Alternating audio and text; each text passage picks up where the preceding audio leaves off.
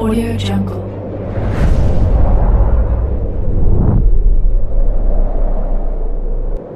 Yo, balik lagi bersama Mimin di Manhwa TV.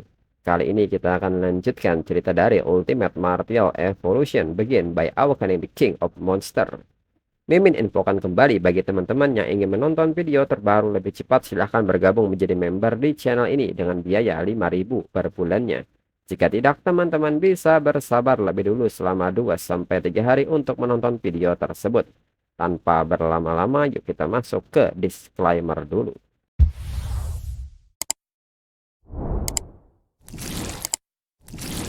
Disclaimer, silahkan abaikan hal ini jika kalian sudah mengerti. Ini peringatan mengenai konten di channel ini. Video ini berisi alur cerita komik yang mempermudah bagi teman-teman untuk mengetahui isi ceritanya dan memahami alur ceritanya. Jika ada kesamaan tokoh, tempat, maupun isu yang sedang hangat, itu benar-benar tidak disengaja. Dan peringatan bagi teman-teman untuk tidak mencontoh atau meniru perkataan maupun perbuatan yang tidak baik yang ada di video ini. Karena cerita ini hanyalah fiktif belaka. Jika mengerti, yuk kita masuk ke ceritanya. Dan notifikasi berikutnya menyebut bahwa saat template di Mola mencapai 100%, ada peluang 2% untuk berubah menjadi Galactic Emperor di Mola. Mengetahui hal ini, Yihe nampak sangat bersemangat karena dari namanya saja sudah terdengar sangat kuat. Tetapi untuk mencapainya, dirinya harus mencapai 100% lebih dulu. Dengan ini, dirinya harus segera naik level. Lalu di saat yang sama telah terjadi sesuatu di luar. Yihe pun bertanya-tanya apakah itu teror ledakan. Kemudian saat ini di luar gedung, pihak militer telah memenuhi jalan. Seseorang meminta militer agar semua pintu keluar taman diblokir. Jangan biarkan mereka lolos. Terus temukan untuk dirinya. Jangan lewatkan satu sudut pun. Kemudian di kamar Yihe sendiri, Yihe pun sadar ada seseorang yang ke kamarnya. Yihe pun mengatakan bahwa pemilik asli adalah seorang penyendiri. Dan tak ada temannya mengunjungi rumahnya saat ini. Dirinya juga tak pernah memesan makanan atau barang dari luar. Jadi siapa yang ada di luar di jam seperti ini? Yihe pun bertanya kepada Nona yang saat ini bertengger di jendelanya. Apakah Nona ini tahu siapa itu? Nona ini pun menyebut bahwa sepertinya adik kecil ini bukan prajurit biasa. Sebenarnya dirinya hanya ingin menyembunyikan sesuatu dalam diri Yihe. Sekalian sedikit mengubah ingatan Yihe. Tapi karena Yihe menyadarinya, terpaksa dirinya harus membuat Yihe menderita sedikit. Nona ini pun meminta Yihe untuk tidak kabur. Yihe pun meminta Nona ini untuk melupakannya. Tabungannya sudah sangat banyak. Mendingan dirinya beli rumah lagi saja. Nona pun bertanya apa yang sedang Yihe bicarakan. Yihe pun dengan tampang serius dan kerennya menyebut bahwa Nona akan segera berakhir. Lalu saat ini militer pun sedang mencoba menangkap rekan si Nona. Setelah beberapa pertarungan, rekan Nona pun mulai terluka dan nampak kelelahan. Militer pun menyebut bahwa dia menunjukkan celah dan segera mereka akan menangkapnya. Pria ini pun menyebut bahwa rekannya yang bernama Yao Yimei harus membawa gen emas itu pergi dari sini. Dan diketahui pria ini bernama Zhao Yi. Zhao Yi pun menekankan bahwa dirinya di sini untuk menarik perhatian mereka. Zhao Yi pun tertawa dan menantang semua militer untuk menyerangnya. Nyawanya yang tua ini ditukar dengan mereka semua, itu sangatlah layak. Di saat Zhao Yi ingin mengaktifkan teknik blood lainnya, di saat yang sama Yihe nyatanya telah melepaskan atomic breath dari kamarnya. Hingga Yao Yimei jatuh ke arah Zhao Yi. Dan ini membuat Zhao Yi kaget. Militer yang memperhatikan hal ini bertanya-tanya apakah masih ada musuh lain. Lalu Zhao Yi pun bertanya kepada Yao Yimei, bukankah nano switch-nya tadi berwarna putih? Mengapa sekarang jadi hitam seperti arang? Zhao Yi pun menyebut bahwa dirinya sudah mengorbankan nyawanya agar Yao Yimei bisa membawa barang-barang itu pergi. Mengapa Yao Yimei malah kembali? Yao Yimei pun seketika memberikan isyarat kepada Zhao Yi bahwa barang-barangnya sudah dirinya sembunyikan dengan baik dan mengajak Zhao Yi untuk mundur lebih dulu. Zhao Yi pun mengerti dan seketika melempar sebuah bom asap dan mereka pun seketika lari menggunakan jalur saluran bawah tanah.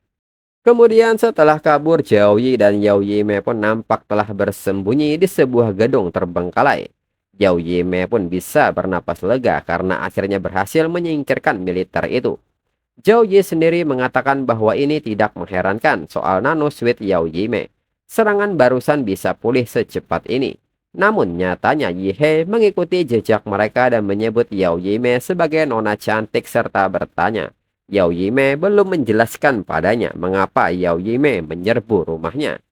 Mereka seharusnya sadar ada masalah serius di sini. Mereka asal pilih tetangga secara acak dan ternyata malah kena giliran sama dirinya. Sebagai hadiah karena berhasil menghancurkan rumahnya, dirinya akan bermain dengan mereka. Zhao Yi pun seketika bertanya bagaimana Yi He bisa menemukan mereka. Dalam pikiran Yi He, tentu dirinya bisa menemukan mereka karena dirinya dapat merasakan radiasi nuklir pada Yao Yime. Lalu Yi He pun merespon pertanyaan Zhao Yi dan mengatakan, kalau bisa bertarung maka tidak usah banyak bacot. Selain itu, ini momen yang sangat pas. Mereka bisa jadi kelinci percobaan buat menguji kekuatan dari Bodybound Demon Prison. Zhao Yi yang melihat serangan ini merasakan bahwa ini akan sangat buruk. Dan seketika Yi He melepaskan teknik Mountain Shattering Fist Super. Hingga serangan ini pun tidak bisa ditahan oleh Zhao Yi. Hingga energi ini menembus pertahanan Zhao Yi dan menimbulkan luka dalam yang parah. Tidak berhenti sampai di situ, di saat pertahanan Zhao Yi terbuka lebar. Yi He kembali melepaskan pukulannya hingga Zhao Yi terlempar membentur dinding bangunan. Yao Yime yang melihat hal ini pun kaget dan menyebut bahwa itu adalah martial art yang sangat kuat. Yao Yime pun bertanya siapakah guru Yi He. Yi He pun hanya tertawa menanggapinya dan menyebut bahwa dirinya belajar dari Demon Emperor. Mendengar hal ini, Yao Yime menilai bahwa dirinya belum pernah mendengar Demon Emperor ini. Tapi dirinya tidak menyangka kota kecil Anceng menyimpan bakat-bakat tersembunyi. Lalu Zhao Yi yang terluka parah pun meminta Yi He untuk tidak terlalu sombong lebih dulu. Dan seketika Zhao Yi mengaktifkan Bloodline-nya dengan bentuk sempurna dari Magical Beast-nya, yaitu Iron Crowned Rhino. Zhao Yi pun menegaskan bahwa dirinya adalah prajurit tingkat 6.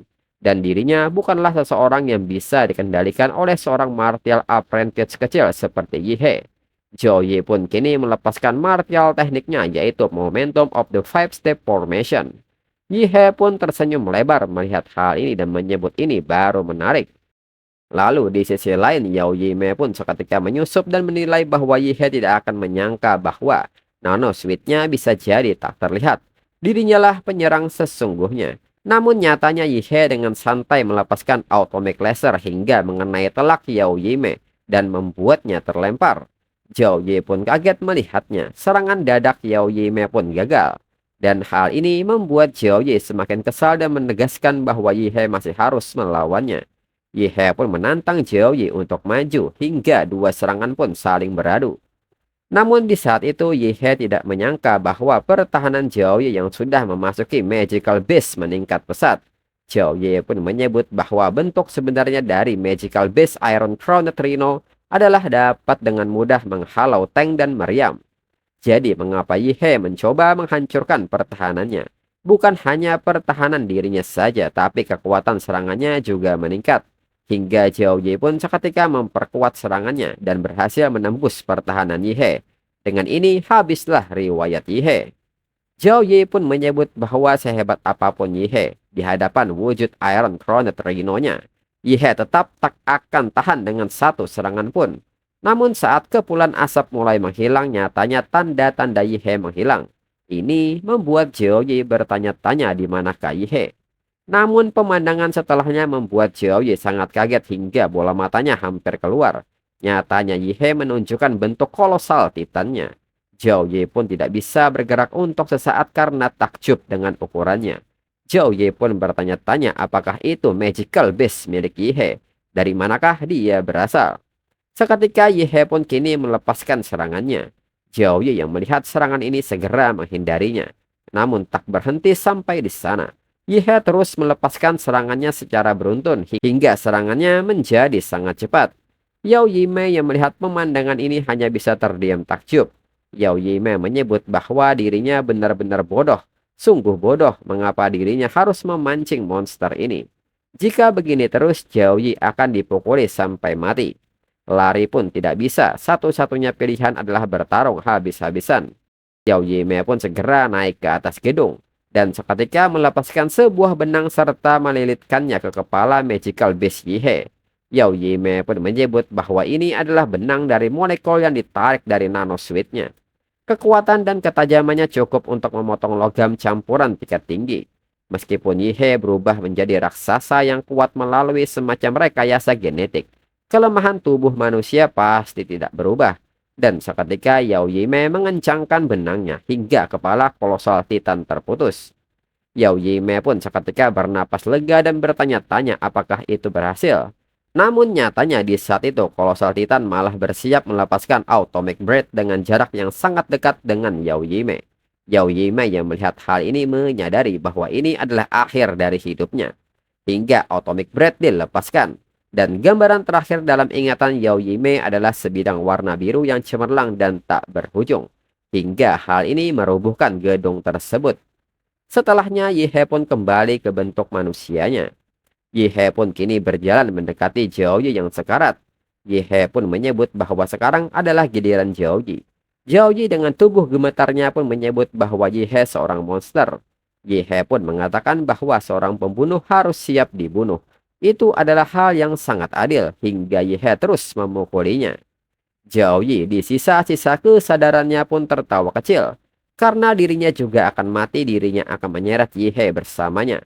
Yao Yime yang baru saja Yihe bunuh tadi menyembunyikan sesuatu di kamar Yihe. Itu disebut gen emas, sekarang itu adalah milik Yihe.